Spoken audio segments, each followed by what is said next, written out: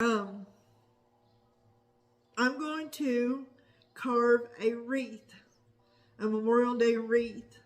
And you know, you see all these ones, it's got little pieces, little intricate pieces, or it's made of flowers or whatever, but I have not seen one in the way that I am going to carve one for a Memorial Day wreath. And this is just a way that I want to show appreciation for what those men and women did and the sacrifices that were made. So that's what I'm going to do today. And now on to woodworking. I'm going to get emotional if I keep talking. All right. The wreath that I plan on carving today, I got a 2x6, 8-foot long construction grade. And I have it laid out here in front of me. And I had gotten a scrap piece of block, scrap block, and a scrap piece of plywood. And I just picked the spot at the end of the plywood board. And I measured up 7 inches. And then I measured up 12 inches. And the width of the wreath is going to be a total of 24, but the width of it's going to be 5 inches. And what I did is I clamped this to the side of my bench.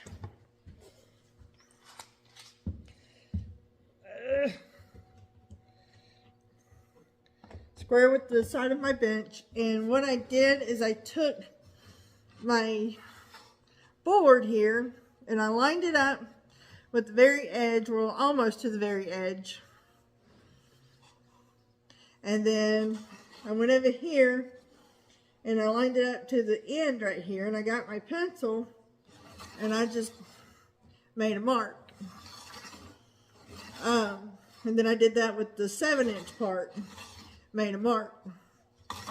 And I already made the mark on this right here. And this right here is what, if I can put this up, this is what it'll look like right here. Now what I'm going to do is I'm going to cut this into sections and repeat this step right here. So let me do that and I'll be right back with you.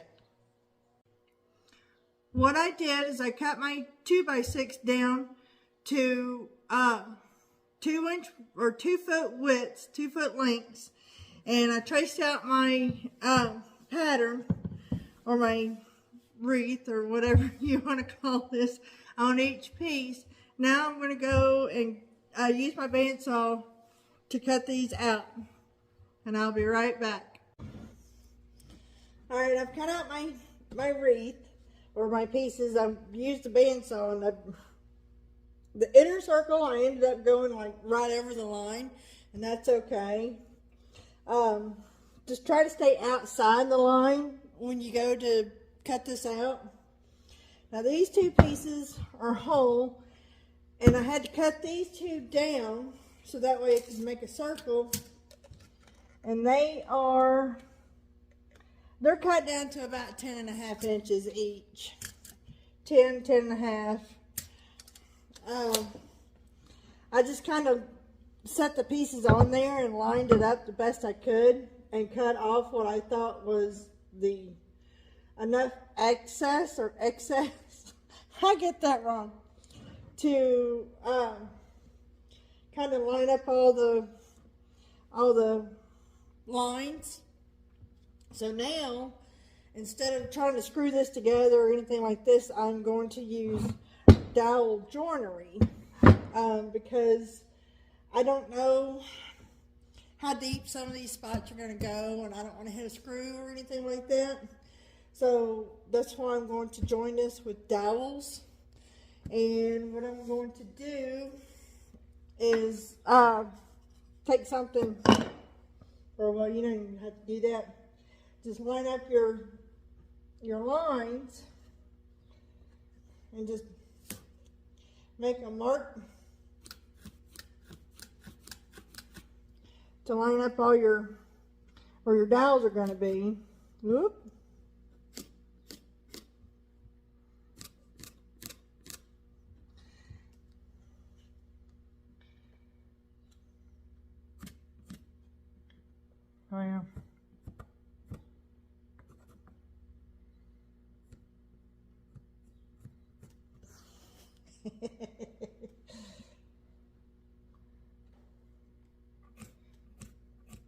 And this doesn't have to be 100% straight, but just pretty close. And this is 1.5 inches thick, so you know you want to go in about 3/4. I'm setting my combination square to 3/4.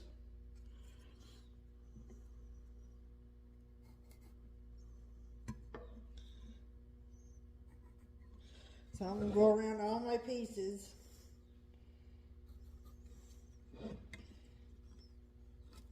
Whoop. And whoop. And mark 3/4 in. Roughly where my lines are. And you might want to label these pieces.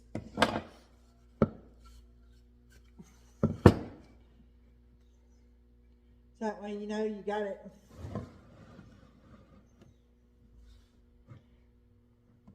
So this will be A, B, B, C, C, D, D.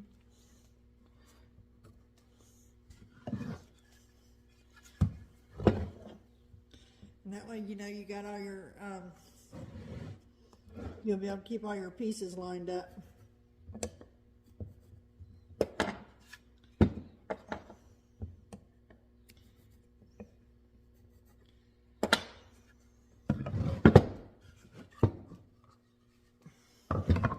And I should have tried to square these up a little bit better, but I don't think it's going to really matter a whole lot, to tell you the truth.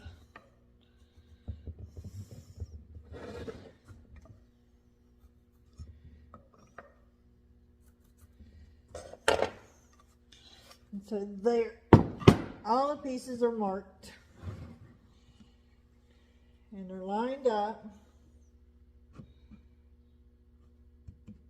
And now I'm going to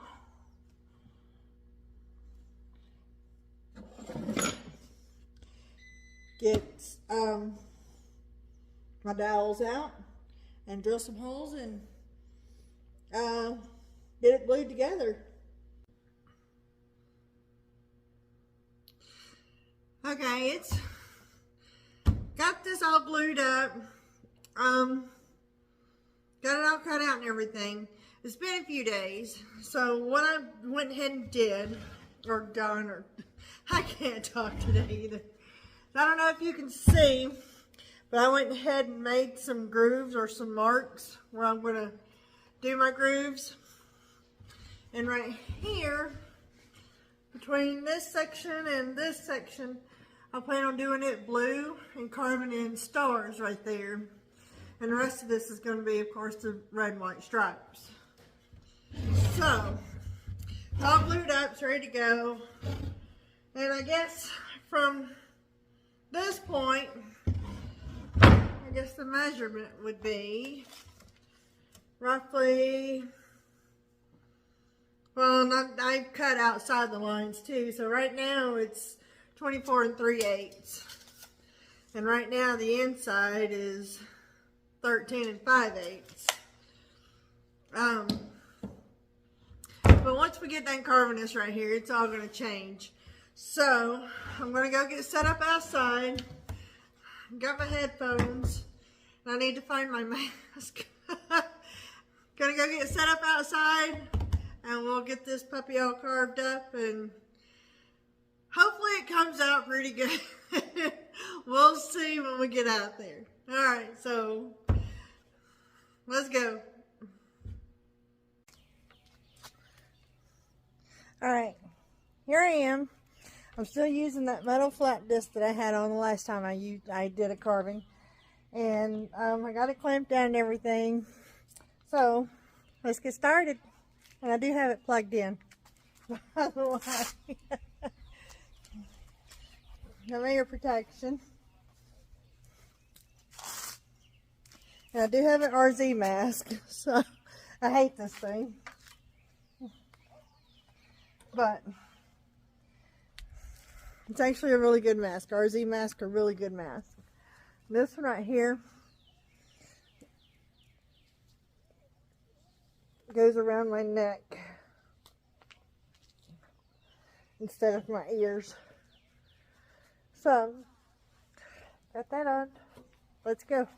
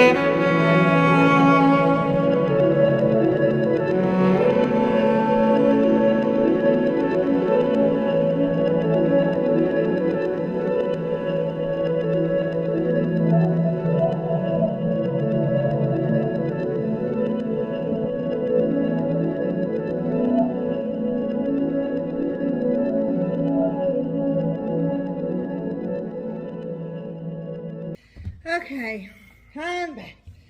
I got my stars carved. I don't know if you can see them or not. I need to do a lot more practicing on my Dremel carving. They're not perfect, but you know what? It's my first one, and the first one's never perfect, no matter what you do. I always say the first one is your learning experience, and then the next time you'll know what to do. It's like the wood grain.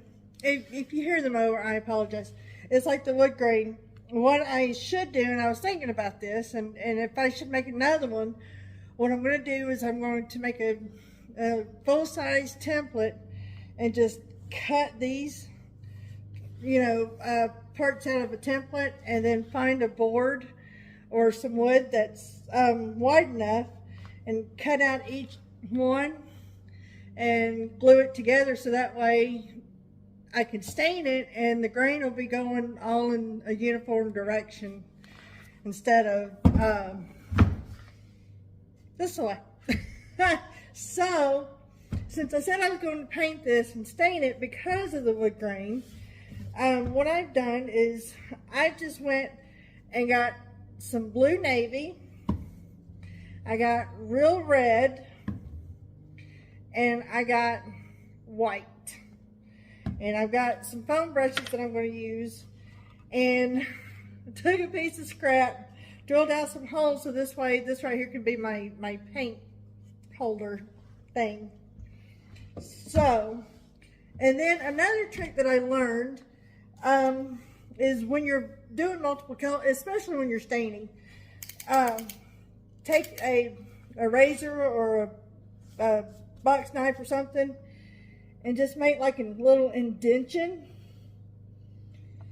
between the two colors that you're going to have, and that'll help keep the colors away from each other, which I'm also going to use tape. So I'm going to, you do need to make sure you get all the dust off of this. Put my small cut in between all these little grooves.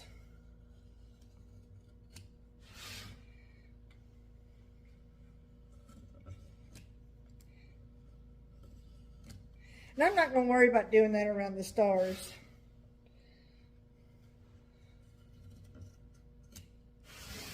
Can I do one there? No. I did one there.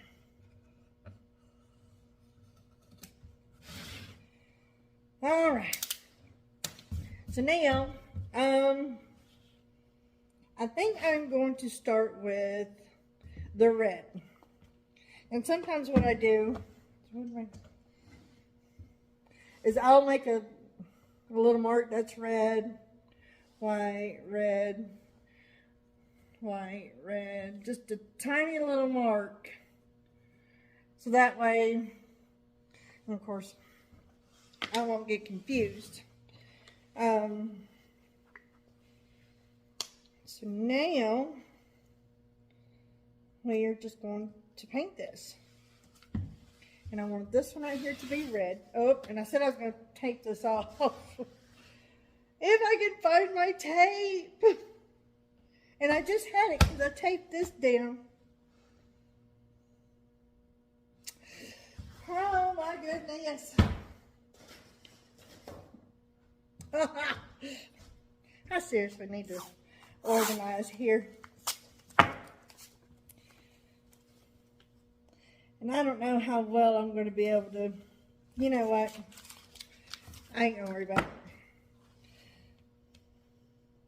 I'm just going to be really careful.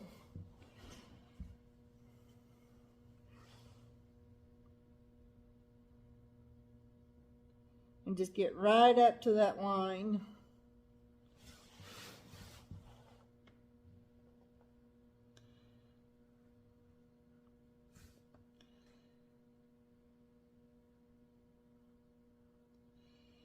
And just go real slow when you get in these little grooves.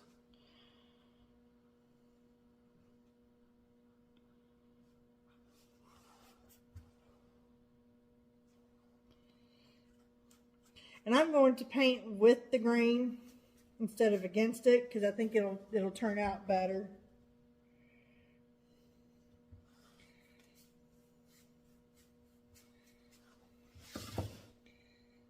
And I've got this, one of the rules that I have for my workbench is no liquids whatsoever. So if somebody comes in and they have a drink and they want to come over and see what I'm doing,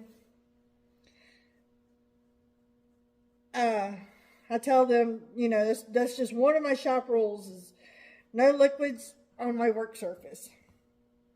Well, this is paint. Paint I can sand off. And I can tell you now, this is probably going to need a couple of coats because I can still see the grain a little bit. And this is what's going to end up happening. So I can show you. And I've got this on a piece of construction paper. This will end up being blue right here.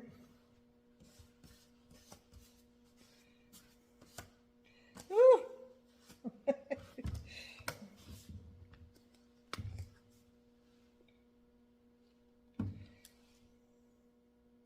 And this will end up being white. And this too will kind of help me.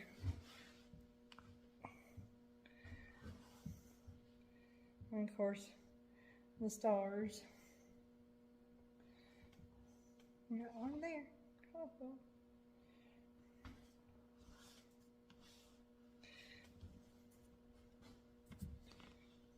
There.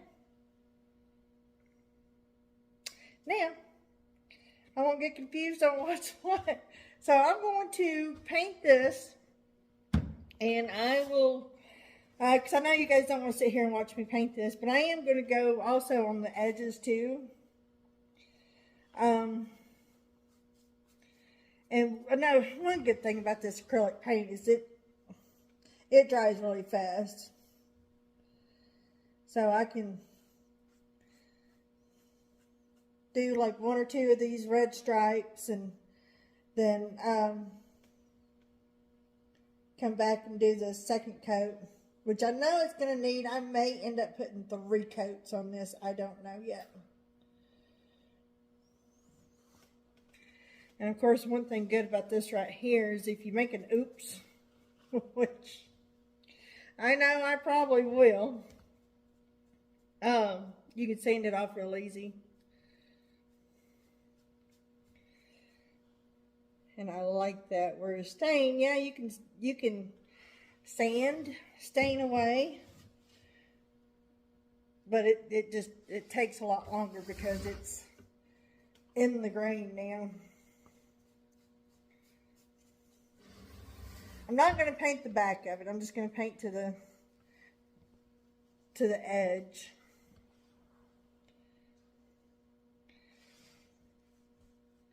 So I'm not going to wrap it all the way around.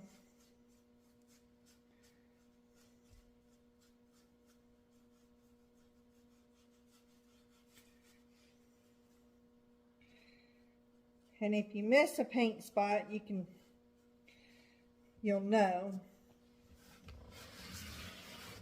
So I'm going to do all the red, and then I will probably do the white next, and then kind of see right there I'm messing up, but that's okay. I can get my sander and go over it and sand it off. That's one thing about woodworking and everything is everything is fixable. Everything is fixable. So woodworking should be, you should enjoy it. I do. To me, it's very, very therapeutic, and I love it. I love this, and this is kind of going against what I normally do. Is I like the natural color of the wood, but this one right here, this is going to be my tribute to Memorial Day. I saw a picture of this wreath that I saw on the internet, and it was similar to this right here, but of course it was fabric and it had more more areas, more white and more red on it. And I've never seen anybody carve anything like this right here. I mean, there are wooden wreaths out there that are just absolutely beautiful. But this right here, this is my tribute to all the men and women that served and paid the ultimate price. That's the whole reason for Memorial Day, is to honor those men and women, and also should be honoring their families too, because not only did they serve, their families served. I personally don't know anyone that served in the military, and I don't know of anyone that lost a family member, but they stepped up to the plate to put on that uniform, to protect me, to protect you, without knowing I even existed. And for that, I'm grateful. I'm very appreciative. So, and I'm trying to do a good job on this. I really am. I mean, I'm not giving it to nobody, or which I probably should. I mean, I don't really know anybody. Maybe I can donate it to like the, I think that's probably what I might end up doing, is just donating it. Saying here, this is just a plain civilian's appreciation token.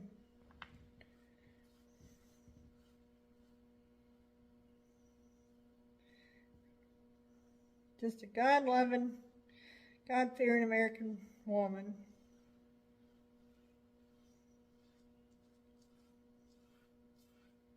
And I'll fix that.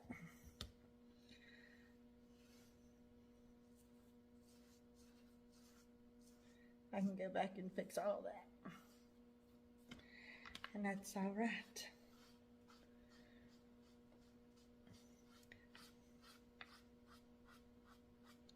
So I'm going to get this painted up. And when I'm done, I'll show you guys. Hey, I let this sit overnight just to make sure it was dry, which I knew it would. And this is what it turned out looking like. Now the little grooves and everything. I carved my stars, and my stars aren't perfect. I didn't think they would be. This is my first time trying to make stars like that. So what I'm going to do now is going to wipe it off, make sure all the dust is off of it, of course. And I got a paintbrush here that's made for water-based products. And I'm using Midwax polyacrylic that is water-based clear gloss. And this is what I'm going to be putting on it. And I didn't read how long it takes for it to dry. At least 2 hours. And light use after 24. But I'm not going to be using this. If anything, I'm just going to hang it up on the wall. So I'm going to put this clear coat on here, and then we're going to put a couple screws and wire on the back of it so we can hang it up. And I know I've got a little bitty screwdriver around here somewhere. I seriously need to get organized. See, here's my little bitty screwdriver. This little bitty screwdriver, it's the handiest little thing. And I use it for small screws, and of course this right here. And this right here does have a milky look on it, and it'll look milky when you put it on. Of course I've got a piece of scrap because you want to give this a good stir. But anyway, it'll look milky when you put it on, but it'll dry clear. And it's supposed to have a gloss. I have used this stuff in a matte finish, but I've never used it in a gloss finish. So we're going to be seeing this together and see how well this works out. And just give it a good stir.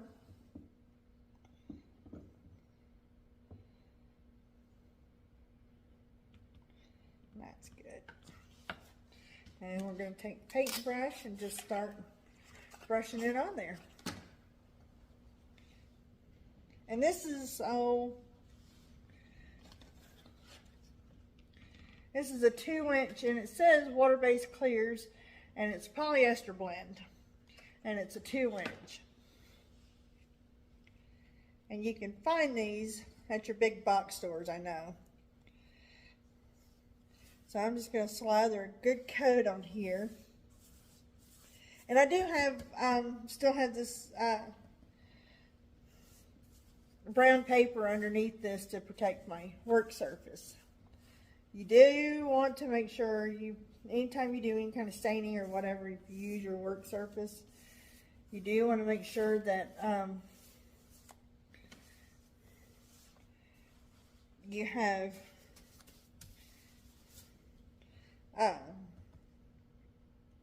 protection underneath it. So, and like I said, this is, you really can't see it, but it's going to go on kind of milky looking.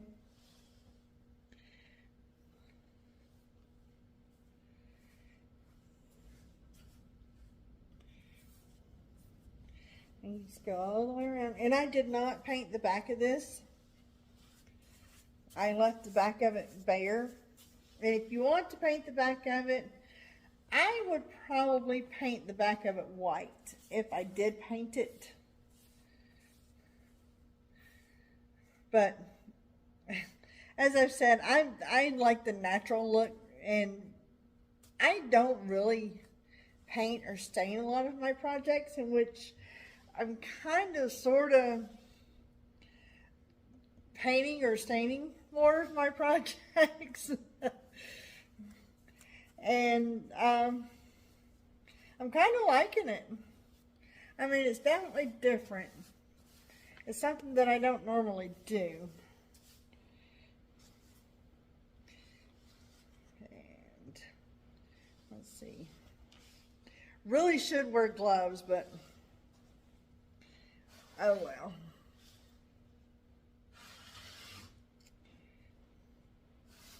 Or have a better way to flip this around so I can get to it, because remember, this is like 2 feet around.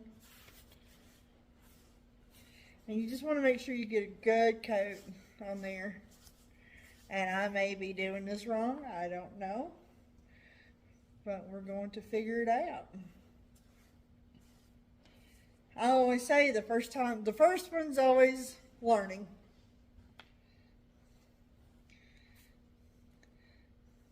And I want to go kind of, if my brush marks show, kind of want to go with the stripe.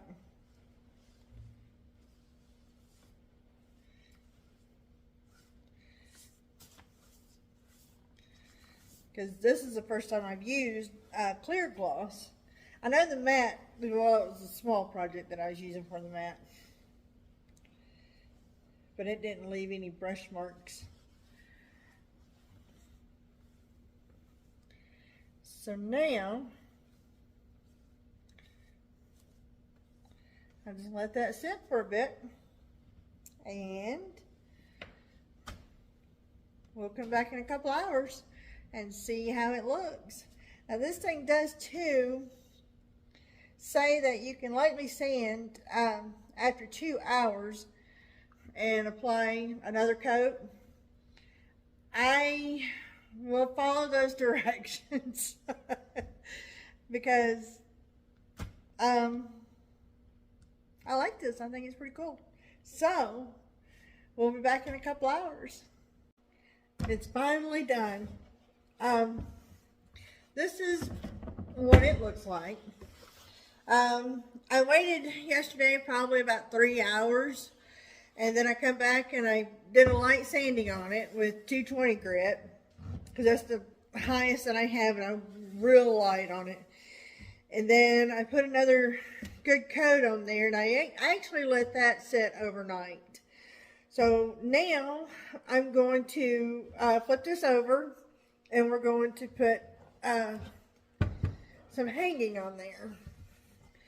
And I can see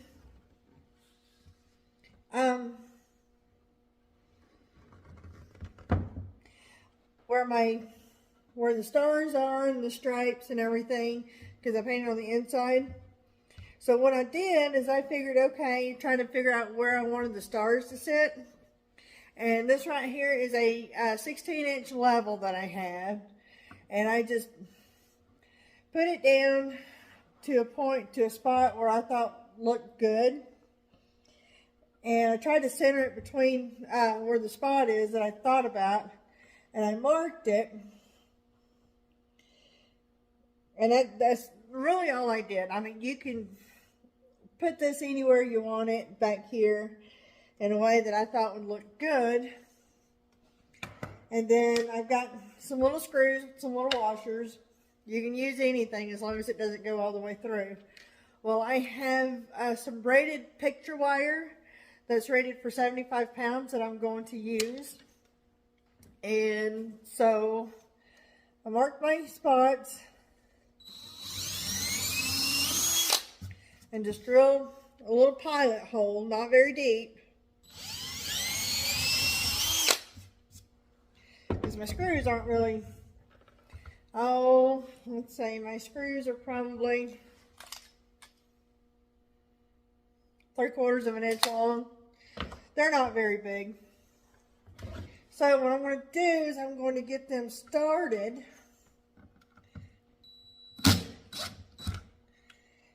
in both of these holes with the washers on them. And the washers you get, you just want to make sure that they don't go over the head, that they'll stay. So what I'm going to do is underneath the washer, I'm just going to wrap this cable around it a few times. Then I'm going to sink the washer down, or the screw down, and that's going to help hold it. And I'm going to do that on both ends. And you probably don't need all 32 inches. Just enough to where it'll hang and still be back behind the wreath. But I just figured I'd cut 32 inches off just to give myself a little more room.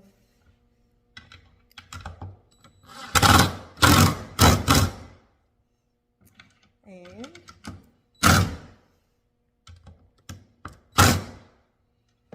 there I go. So now, and I'm going to cut this off. I don't have my wire cutters close by, but I'm going to cut that off. So now, when it hangs, it will look like that.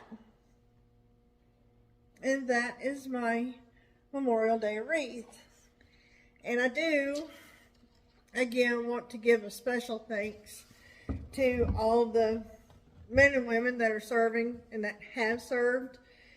And I want to give a big thanks to all the families of the lost soldiers that we had to, that paid the sacrifice, you know, the ultimate sacrifice. I have great respect for those people.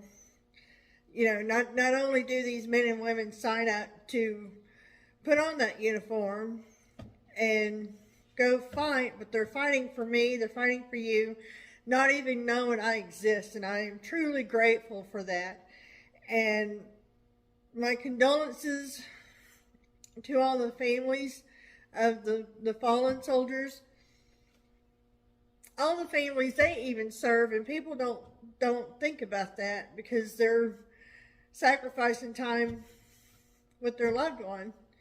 And I'm sure it's a very scary thing to sit at home knowing that your loved one is off in a different country, you know, and not knowing what's going on with them. So I just want to say thank you from the bottom of my heart My entire family thanks you. And I'll just leave it at that for now.